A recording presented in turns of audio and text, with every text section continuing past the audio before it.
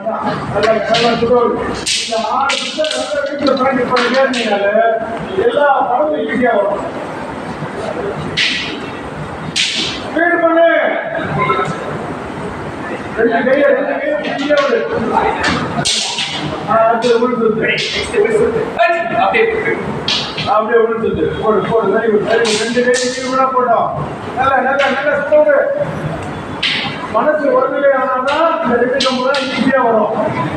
தியானம் நல்லா வர ஆரம்பிச்சுட்டாலே மைண்டை வந்து கான்சென்ட்ரேட் பண்ணி வந்துட்டேன்னு அர்த்தம். மன ஒருமைப்பாடு வர ஆரம்பிச்சதுன்னு அர்த்தம். கண்ணுகளை எங்கேயா பாருங்க. காதுல ஒன்று இருக்குல்ல, அதில் நான் சொல்றத காதுல நான் பேசுறதெல்லாம் ஒன்று கவனிச்சு சொன்னேன். என் அழகை ரசிக்க சொல்ல நான் அழகுனா